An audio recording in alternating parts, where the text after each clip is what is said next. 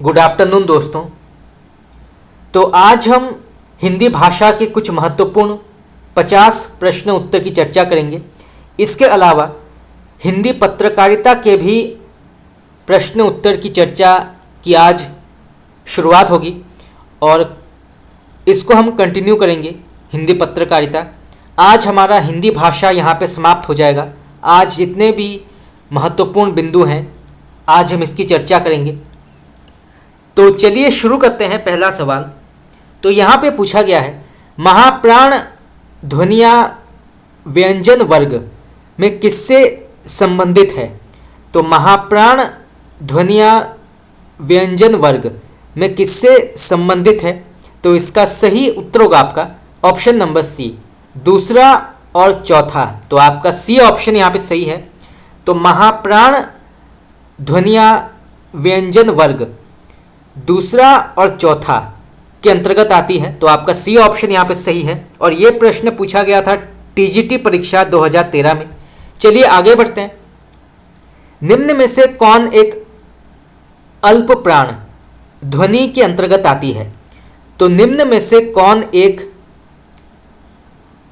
अल्प प्राण ध्वनि के अंतर्गत आती है, उसका नाम क्या है? तो इसका सही उत्तर होगा आपका ऑप्शन नंबर ए, क। तो क जो है ये अल्प प्राण ध्वनि के अंतर्गत आती है और ये प्रश्न पूछा गया था टीजीटी परीक्षा 2011 में। तो आप इसको नोट कर सकते हैं। चलिए आगे बढ़ते हैं। तालव्य श, पेटकटा श, दंत्य श के अंतर्गत आते हैं। तो ये जो है किनके अंतर्गत आते हैं या किस ध्वनि के अंतर्गत आते हैं? तालव्य श, पेटकटा श और दंत स, ये किस ध्वनि के अंतर्गत आते हैं? तो इसका सही उत्तर होगा आपका ऑप्शन नंबर ए, ऊष्म। तो ये जो है ऊष्म व्यंजन के अंतर्गत आते हैं। तो आप इसको नोट कर सकते हैं और ये प्रश्न पूछा गया था पीजीटी परीक्षा 2015 में। चलिए आगे बढ़ते हैं। इनमें से ऊष्म व्यंजन कौन सा नहीं माना जाता? तो इनमें से कौन सा एक ऊष्म व्यंजन के अंतर्गत नहीं आता है? तो इसका सही उत्तर होगा आपका ऑप्शन नंबर डी, ल। तो ल जो है ये ऊष्म व्यंजन के अंतर्गत नहीं आता है और ये प्रश्न पूछा गया था जीआईसी परीक्षा 2017 में। चलिए आगे बढ़ते हैं। उच्चारण की दृष्टि से तालव्य श, पेटकटा श और दंत्य स व्यंजन किस प्रकार के हैं? तो उच्चारण की दृष्टि से तालव्य श, पेटकटा श और दंत्य स व्यंजन किस प्रकार के हैं? तो इसका सही उत्तर होगा आपका ऑप्शन नंबर सी, ऊष्म। तो आपका सी ऑप्शन यहाँ पे सही है। ये प्रश्न बार बार पूछा गया है तो आप इसको नोट कर सकते हैं। तो ये जो है ये ऊष्म व्यंजन के अंतर्गत आते हैं और ये प्रश्न पूछा गया था यूपीपीएससी परीक्षा 2018 में। चलिए आगे बढ़ते हैं। नेक्स्ट क्वेश्चन, यहाँ पे प्रश्न पूछा गया है अनुनासिक व्यंजन कौन से होते हैं? तो अनुनासिक व्यंजन कौन से होते हैं? तो इसका सही उत्तर होगा आपका ऑप्शन नंबर डी, वर्ग का पंचमाक्षर। तो आपका डी ऑप्शन यहाँ पे सही है। तो अनुनासिक व्यंजन जो है ये वर्ग का पंचमाक्षर के अंतर्गत आता है और ये प्रश्न पूछा गया था नवोदय विद्यालय परीक्षा 2014 में। तो आप इसको नोट कर सकते हैं, वर्ग का पंचमाक्षर। चलिए आगे बढ़ते हैं। अयोगवाह को क्या कहा जाता है? तो अयोगवाह को क्या कहा जाता है? तो इसका सही उत्तर होगा आपका ऑप्शन नंबर ए, विसर्ग। तो विसर्ग को अयोगवाह कहा जाता है। तो आप इसको नोट कर सकते हैं। यह प्रश्न भी कई बार पूछा गया है। हिंदी में अनुस्वार किस ध्वनि का सूचक नहीं है? तो हिंदी में अनुस्वार किस ध्वनि का सूचक नहीं माना जाता? तो इसका सही उत्तर होगा आपका ऑप्शन नंबर डी, य। तो हिंदी में अनुस्वार य ध्वनि का सूचक नहीं माना जाता। तो आपका डी ऑप्शन यहाँ पे उचित है, आप इसको नोट कर सकते हैं। और ये प्रश्न पूछा गया था यूपीपीएससी परीक्षा 2018 में। चलिए आगे बढ़ते हैं। वर्णमाला किसे कहेंगे? तो वर्णमाला किसे कहा जाता है? तो ये कहा जाता है वर्णों के व्यवस्थित समूह को। तो आपका डी ऑप्शन यहाँ पे सही है। तो वर्णमाला जो है ये वर्णों के व्यवस्थित समूह को कहा जाता है और ये प्रश्न पूछा गया था टीजीटी परीक्षा 2009 में। चलिए नेक्स्ट क्वेश्चन, हिंदी भाषा में कितने व्यंजन होते हैं? तो हिंदी भाषा में कितने व्यंजन होते हैं? तो इसका सही उत्तर होगा आपका ऑप्शन नंबर बी 33। तो हिंदी भाषा में कुल 33 या 33 व्यंजन होते हैं। तो आप इसको नोट कर सकते हैं और ये प्रश्न पूछा गया था केवीएस परीक्षा 2014 में, तो इसे जानना आवश्यक है। चलिए आगे बढ़ते हैं नेक्स्ट क्वेश्चन। यहां पे प्रश्न पूछा गया है हिंदी वर्णमाला में कितने वर्ण होते हैं? तो हिंदी वर्णमाला में कितने वर्ण होते हैं? तो इसका सही उत्तर होगा आपका ऑप्शन नंबर बी 52। तो आपका बी ऑप्शन यहाँ पे सही है। कुल मिलाकर 52 वर्ण होते हैं हिंदी वर्णमाला में और ये प्रश्न पूछा गया था पीजीटी परीक्षा 2005 में। व्यंजन और स्वर के संयुक्त रूप को क्या कहते हैं? तो व्यंजन और स्वर के संयुक्त रूप को क्या कहते हैं? ये प्रश्न भी कई बार पूछा गया है, तो इसे भी जानना आवश्यक है। आप इसको नोट कर सकते हैं। तो इसका सही उत्तर होगा आपका ऑप्शन नंबर सी अक्षर। तो व्यंजन और स्वर के संयुक्त रूप को अक्षर कहते हैं और ये प्रश्न पूछा गया था केवीएस परीक्षा 2014 में और पीजीटी परीक्षाओं में भी कई बार पूछा गया है। चलिए आगे बढ़ते हैं। हिंदी भाषा में कितने स्वर होते हैं? तो हिंदी भाषा में कुल कितने स्वर होते हैं? तो इसका सही उत्तर होगा आपका ऑप्शन नंबर बी 11। तो आपका बी ऑप्शन यहाँ पे सही है। हिंदी भाषा में कुल 11 स्वर होते हैं और ये प्रश्न भी पूछा गया था केवीएस परीक्षा 2014 में। भाषा की सबसे छोटी इकाई कौन सी मानी जाती है? तो भाषा की सबसे छोटी इकाई कौन सी मानी जाती है? तो इसका सही उत्तर होगा आपका ऑप्शन नंबर डी वर्ण। ऐसा नहीं हो सकता कि कोई भी प्रतियोगी परीक्षा में ये प्रश्न एक बार नहीं पूछा गया है। तो ये बहुत ही महत्वपूर्ण प्रश्न है कि भाषा की सबसे छोटी इकाई कौन सी मानी जाती है? तो वो है वर्ण। तो आप इसको नोट कर सकते हैं, ये प्रश्न भी कई बार पूछा गया है। भाषा की सबसे छोटी इकाई कौन सी है? देखिए फिर से वही प्रश्न पूछा गया है। सबसे पहले ये पूछा गया था टीजीटी परीक्षा 2009 में और फिर से वही प्रश्न पूछा गया नवोदय विद्यालय परीक्षा 2014 में। तो भाषा की सबसे छोटी इकाई कौन सी मानी जाती है? तो इसका सही उत्तर होगा आपका ऑप्शन नंबर सी वर्ण। तो आपका सी ऑप्शन यहाँ पे सही है वर्ण। मात्रा स्वर को क्या कहते हैं? तो मात्रा स्वर को क्या कहते हैं? तो ये कहते हैं समरूप। तो मात्रा स्वर को समरूप कहते हैं। तो आप इसको नोट कर सकते हैं, ये भी कई बार पूछा गया है। तो मात्रा स्वर को समरूप कहते हैं। चलिए आगे बढ़ते हैं नेक्स्ट क्वेश्चन।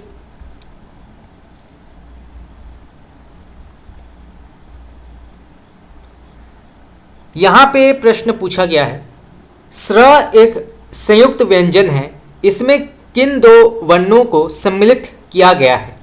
तो स्र एक संयुक्त व्यंजन है, इसमें किन दो वर्णों को सम्मिलित किया गया है? तो इसका सही उत्तर होगा आपका ऑप्शन नंबर सी श, तालव्य श और र वर्णों को इसमें सम्मिलित किया गया है। तो आपका सी ऑप्शन यहाँ पे सही है तालव्य स और र। चलिए आगे बढ़ते हैं। लिखित भाषा में विचारों को कैसे व्यक्त करते हैं? तो लिखित भाषा में विचारों को कैसे व्यक्त करते हैं, उसका आधार क्या है? तो इसका सही उत्तर होगा आपका ऑप्शन नंबर सी लिखकर। तो आपका सी ऑप्शन यहाँ पे सही है। तो लिखित भाषा में विचारों को लिखकर व्यक्त किया जाता है और ये प्रश्न पूछा गया था पीजीटी परीक्षा 2013 में। चलिए आगे बढ़ते हैं नेक्स्ट क्वेश्चन। यहाँ पे प्रश्न पूछा गया है, हिंदी की स्पर्श घोष महाप्राण ओष्ठ्य व्यंजन ध्वनि कौन सी मानी जाती है? तो हिंदी की स्पर्श घोष महाप्राण ओष्ठ्य व्यंजन ध्वनि कौन सी मानी जाती है? तो इसका सही उत्तर होगा आपका ऑप्शन नंबर ए, भ। तो आपका ए ऑप्शन यहाँ पे सही है, भ। क व्यंजन के विषय में निम्न में से कौन सा सही है? तो क व्यंजन के विषय में निम्न में से कौन सा ऑप्शन सही है? तो इसका सही उत्तर होगा आपका ऑप्शन नंबर ए। ये जो है अल्प प्राण के अंतर्गत आती है, क। अघोष मानी जाती है, स्पर्शी के अंतर्गत आती है और कंठ्य ध्वनि के अंतर्गत आती है। तो आपका ए ऑप्शन यहाँ पे सही है। तो क व्यंजन जो है ये अल्प प्राण, अघोष, स्पर्शी और कंठ्य ध्वनि के अंतर्गत आती है। तो आपका ए ऑप्शन यहाँ पे सही है, आप इसको नोट कर सकते हैं। और ये प्रश्न पूछा गया था यूपीपीएससी परीक्षा 2018 में। चलिए नेक्स्ट क्वेश्चन, आधुनिक व्याकरण की दृष्टि से ब वर्ण का वैशिष्ट्य क्या है? तो आधुनिक व्याकरण की दृष्टि से ब वर्ण का वैशिष्ट्य क्या है? तो इसका सही उत्तर होगा आपका ऑप्शन नंबर बी। ये जो है द्व्योष्ठ्य माना जाता है, स्पर्श के अंतर्गत आता है, अल्प प्राण के अंतर्गत आता है, घोष के अंतर्गत आता है और निर्नुनासिक के अंतर्गत आता है। तो आपका बी ऑप्शन यहाँ पे सही है। और ये प्रश्न पूछा गया था पीजीटी परीक्षा 2000 में। चलिए आगे बढ़ते हैं। पाणिनि शिक्षा में ध्वनियों को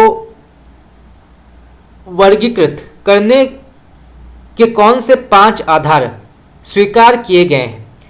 तो पाणिनीय शिक्षा में ध्वनियों को वर्गीकृत करने के कौन से 5 आधार स्वीकार किए गए हैं? तो इसका सही उत्तर होगा आपका ऑप्शन नंबर डी, स्वर, काल, स्थान, प्रयत्न और अनुप्रदान। तो आपका डी ऑप्शन यहाँ पे सही है।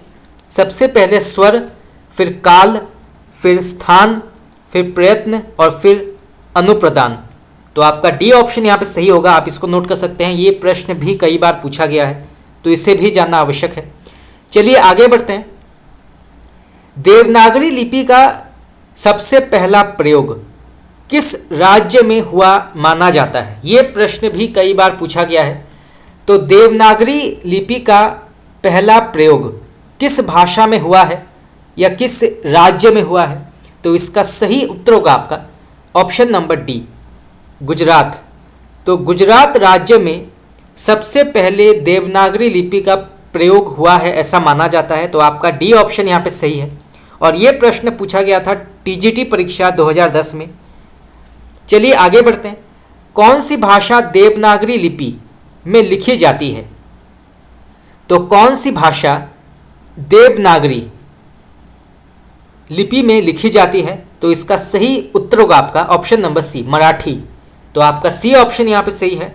मराठी एक ऐसी भाषा है जो कि देवनागरी लिपि में लिखी जाती है। और ये प्रश्न 2 अलग प्रतियोगी परीक्षाओं में पूछा गया है। सबसे पहले पूछा गया था पीजीटी परीक्षा 2004 में और फिर पूछा गया यूपीपीएससी परीक्षा 2018 में। तो आप इसको नोट कर सकते हैं। चलिए आगे बढ़ते हैं। हिंदी किस लिपि में लिखी जाती है? तो हिंदी किस लिपि में लिखी जाती है? तो इसका सही उत्तर होगा आपका ऑप्शन नंबर सी, नागरी। तो आपका सी ऑप्शन यहाँ पे सही है, नागरी। और ये प्रश्न पूछा गया था केवीएस परीक्षा 2014 में। तो आप इसको नोट कर सकते हैं। चलिए आगे बढ़ते हैं।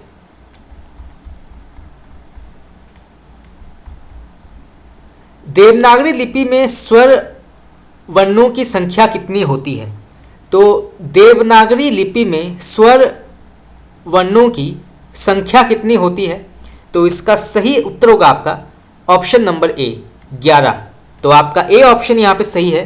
तो देवनागरी लिपि में स्वर वर्णों की संख्या जो है वो 11 होती है। ये प्रश्न भी जो है 2 अलग अलग प्रतियोगी परीक्षाओं में पूछा गया है। सबसे पहले पूछा गया था पीजीटी परीक्षा 2011 में और फिर पूछा गया टीजीटी परीक्षा 2011 में। संघ की राजभाषा हिंदी और लिपि देवनागरी होगी, यह संविधान के किस अनुच्छेद में लिखा गया है? तो फिर से पढ़ते हैं। संघ की राजभाषा हिंदी और लिपि देवनागरी होगी, ये संविधान के किस अनुच्छेद में वर्णित है या लिखा गया है? तो इसका सही उत्तर होगा आपका ऑप्शन नंबर ए, अनुच्छेद 343। तो आपका ए ऑप्शन यहाँ पे सही है। तो आर्टिकल 343 के अनुसार संघ की राजभाषा हिंदी और लिपि देवनागरी होगी, ये लिखा गया है। और ये प्रश्न पूछा गया था टीजीटी परीक्षा 2010 में। चलिए आगे बढ़ते हैं। नेक्स्ट क्वेश्चन, भारत में हिंदी को संविधान की किस धारा के अंतर्गत राजभाषा घोषित किया गया है? तो भारत में हिंदी को संविधान की किस धारा के अंतर्गत राजभाषा घोषित किया गया है? तो इसका सही उत्तर होगा आपका ऑप्शन नंबर ए, धारा 343(1). तो आपका ए ऑप्शन यहाँ पे सही है। धारा 343(1) के अंतर्गत भारत में हिंदी को संविधान की धारा 343(1) के अंतर्गत राजभाषा घोषित किया गया है। तो आप इसको नोट कर सकते हैं, ये प्रश्न भी कई बार पूछा गया है। चलिए आगे बढ़ते हैं। संविधान के किस अनुच्छेद के अंतर्गत हिंदी को संघ की राजभाषा का दर्जा मिला है? वही प्रश्न फिर से पूछा गया है, तो इसे जानना आवश्यक है। ये प्रश्न पूछा गया था टीजीटी परीक्षा 2013 में। तो संविधान की किस अनुच्छेद के अंतर्गत हिंदी को संघ की राजभाषा का दर्जा मिला है? तो इसका सही उत्तर होगा आपका ऑप्शन नंबर ए, अनुच्छेद 343। तो आपका ए ऑप्शन यहाँ पे सही है। चलिए आगे बढ़ते हैं। संविधान के किस अनुच्छेद में कहा गया है कि संघ की राजभाषा हिंदी और लिपि देवनागरी होगी? तो संविधान के किस अनुच्छेद में कहा गया है कि संघ की राजभाषा हिंदी और लिपि देवनागरी होगी? तो ये किस में कहा गया है? तो इसका सही उत्तर होगा आपका ऑप्शन नंबर ए, आर्टिकल 343। तो आपका ए ऑप्शन यहाँ पे उचित है, आप इसको नोट कर सकते हैं। और ये प्रश्न पूछा गया था पीजीटी परीक्षा 2015 में। किस तिथि को हिंदी को राजभाषा बनाने का निर्णय लिया गया है? तो किस तिथि को हिंदी को राजभाषा बनाने का फैसला लिया गया था? तो इसका सही उत्तर होगा आपका ऑप्शन नंबर सी, 14 सितंबर 1949। तो 14 सितंबर 1949 को हिंदी को राजभाषा बनाने का फैसला लिया गया था। तो आपका सी ऑप्शन यहाँ पे उचित है। चलिए आगे बढ़ते हैं। भारत की राजभाषा क्या है? तो भारत की राजभाषा क्या मानी जाती है? तो ये मानी जाती है ऑप्शन नंबर ए, हिंदी। तो हिंदी को भारत की राजभाषा कहा जाता है। तो आपका ए ऑप्शन यहाँ पे सही है। और ये प्रश्न पूछा गया था पीजीटी परीक्षा 2015 में। चलिए आगे बढ़ते हैं। संविधान के अनुच्छेद 351 में किस विषय का वर्णन किया गया है? ये प्रश्न भी कई बार पूछा गया है, नेट में कई बार पूछा गया है, तो आप इसको नोट कर सकते हैं। तो संविधान के अनुच्छेद 351 में किस विषय का वर्णन किया गया है? तो इसका सही उत्तर होगा आपका ऑप्शन नंबर डी, हिंदी भाषा के विकास संबंधित निर्देश। तो आपका डी ऑप्शन यहाँ पे सही है। हिंदी भाषा के विकास संबंधित निर्देश जो है आर्टिकल 351 में दिया गया है। तो आप इसको नोट कर सकते हैं। चलिए नेक्स्ट क्वेश्चन, चलिए आगे बढ़ते हैं। देवनागरी लिपि का विकास किससे माना जाता है?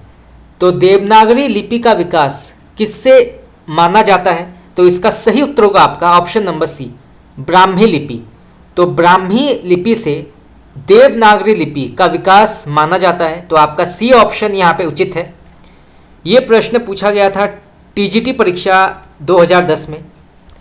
देवनागरी का विकास किस लिपि से हुआ है? फिर से वही प्रश्न पूछा गया है। सबसे पहले पूछा गया था टीजीटी परीक्षा में 2010 और फिर से पूछा गया यूपीपीएससी परीक्षा 2018। तो देवनागरी का विकास किस लिपि से हुआ है? तो इसका सही उत्तर होगा आपका ऑप्शन नंबर बी, ब्राह्मी लिपि। तो आपका बी ऑप्शन यहाँ पे उचित है। देवनागरी लिपि का विकास किससे हुआ है?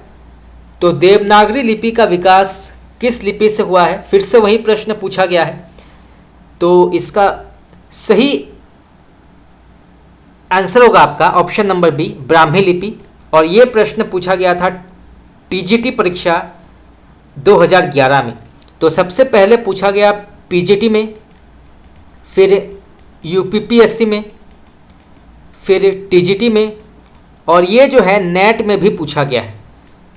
तो 4 से 5 प्रकार के प्रतियोगी परीक्षाओं में ये प्रश्न पूछा गया है। तो इसे जानना अत्यंत ही आवश्यक है। चलिए आगे बढ़ते हैं। देवनागरी लिपि का विकास किससे हुआ है? फिर से वही प्रश्न पूछा गया है टीजीटी परीक्षा 2005 में, और इसका सही उत्तर होगा आपका ऑप्शन नंबर डी, ब्राह्मी लिपि। प्राचीन देवनागरी लिपि का विकास किससे माना जाता है? तो यहाँ पे प्रश्न पूछा गया है प्राचीन देवनागरी लिपि का विकास किससे हुआ है?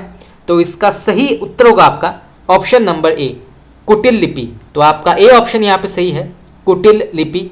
और ये प्रश्न पूछा गया था पीजीटी परीक्षा 2015 में। तो आप इसको नोट कर सकते हैं। चलिए आगे बढ़ते हैं। देवनागरी लिपि की सबसे बड़ी विशेषता क्या मानी जाती है? तो देवनागरी लिपि की सबसे बड़ी विशेषता क्या मानी जाती है? तो इसका सही उत्तर होगा आपका ऑप्शन नंबर डी, सर्वाधिक वैज्ञानिक लिपि होना, एक ध्वनि के लिए एक संकेत होना। ये जो है देवनागरी लिपि की सबसे बड़ी विशेषता मानी जाती है। तो आपका डी ऑप्शन यहाँ पे उचित है, आप इसको नोट कर सकते हैं। सर्वाधिक वैज्ञानिक लिपि होना और एक ध्वनि के लिए एक संकेत होना। देवनागरी लिपि जो है वो बाकी जितने अन्य भाषाएं हैं उन सब से भिन्न है। देवनागरी लिपि की प्रत्येक वैज्ञानिकता की दृष्टि से इसको जो है उचित और श्रेष्ठ ठहराया गया है। और देवनागरी लिपि की खासियत यह है कि ये जो है एक ध्वनि के लिए एक संकेत होता है। प्रत्येक शब्द का अपना अर्थ होता है। जैसे अंग्रेजी में जो है एक शब्द है टाई, तो टाई जो है ये क्या होता है? तो टाई का अर्थ होता है एक परिधान होता है, एक विशेष प्रकार का परिधान होता है जो कि कोट के साथ पहना जाता है। टाई, इसको टाई कहते हैं। परंतु टाई को जो है एक और अर्थ होता है टाई का, इसका अर्थ होता है बांधना। तो अंग्रेजी के साथ ये दिक्कत होता है कि एक ही शब्द के अलग अर्थ होते हैं। टाई जो है एक विशेष प्रकार का परिधान भी होता है और टाई का अर्थ होता है बांधना, चाहे आप उसको रस्सी से बांधिए या किसी और चीज़ से बांधिए। तो इस प्रकार से जो है देवनागरी लिपि में ऐसा नहीं होता है। देवनागरी लिपि में प्रत्येक शब्द का अपना एक विशेष अर्थ होता है। ये किसी भी प्रकार से पहले शब्द के अर्थ से भिन्न होता है। परंतु अंग्रेजी में जो है ये बिल्कुल इसका विपरीत होता है। तो आपका डी ऑप्शन यहाँ पे सही है, आप इसको नोट कर सकते हैं। चलिए आगे बढ़ते हैं। यहाँ पे प्रश्न पूछा गया है निम्नलिखित में से कौन विशेषता देवनागरी में नहीं होती है? तो निम्नलिखित में से कौन विशेषता देवनागरी में नहीं होती है? तो इसका सही उत्तर होगा आपका ऑप्शन नंबर डी, विकास की दृष्टि से यह लिपि ब्राह्मी एवं खरोष्टी की समकालीन है। तो आपका डी ऑप्शन यहाँ पे सही होगा, विकास की दृष्टि से यह लिपि ब्राह्मी एवं खरोष्टी की समकालीन है। तो ये जो है ये गलत है।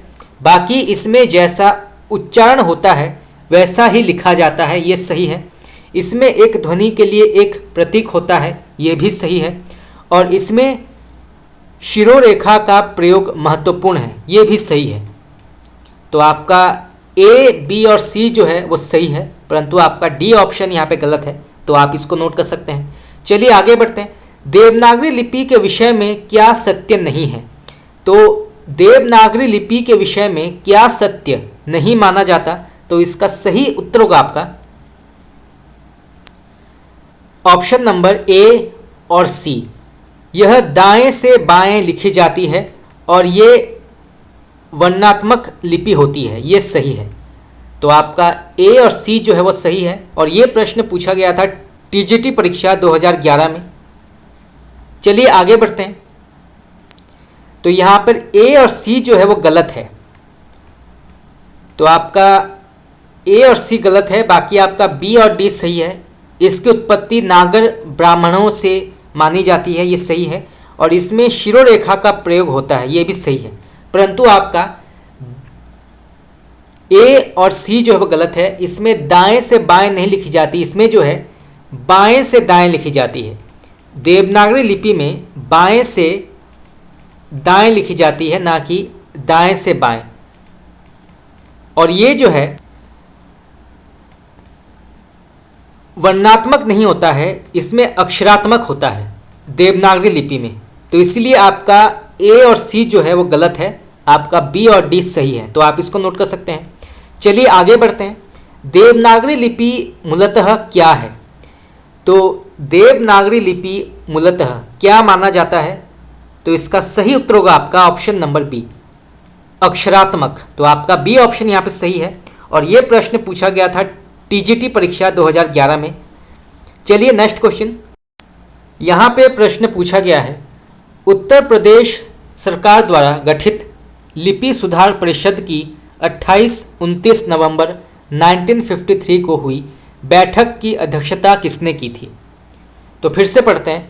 उत्तर प्रदेश सरकार द्वारा गठित लिपि सुधार परिषद की 28-29 नवंबर 1953 को हुई बैठक की अध्यक्षता किसने की थी? उनका नाम क्या है?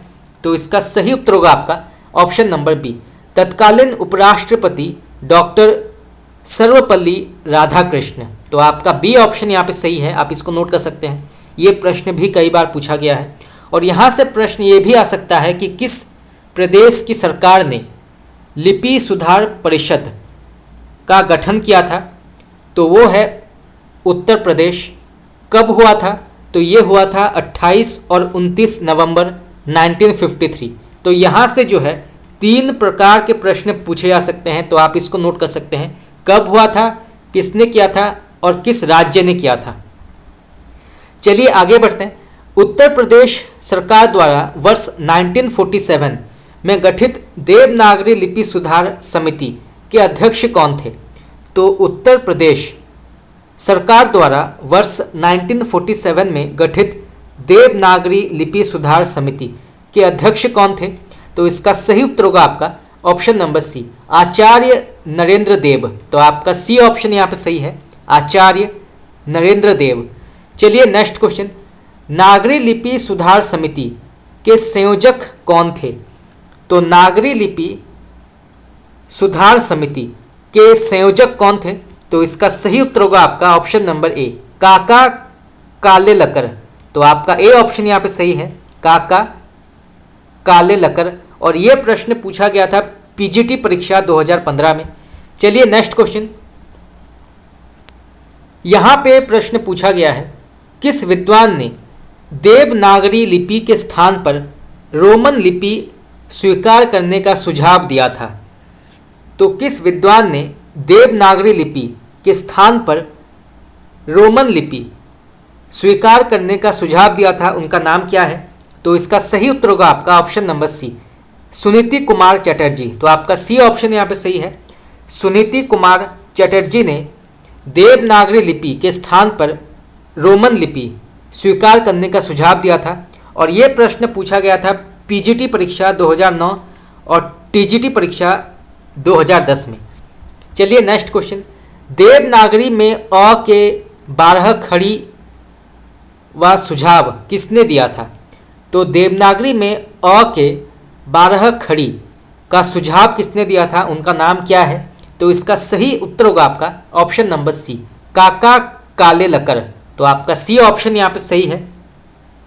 और ये प्रश्न पूछा गया था यूपीपीएससी परीक्षा 2018 में। Next question. पंजाबी की लिपि कौन सी मानी जाती है? तो पंजाबी भाषा की लिपि कौन सी मानी जाती है, ये प्रश्न भी कई बार पूछा गया है। तो इसका सही उत्तर होगा आपका ऑप्शन नंबर बी, गुरुमुखी। तो आपका बी ऑप्शन यहाँ पे सही है।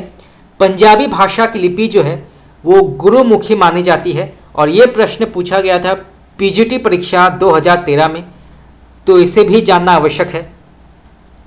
चलिए नेक्स्ट क्वेश्चन।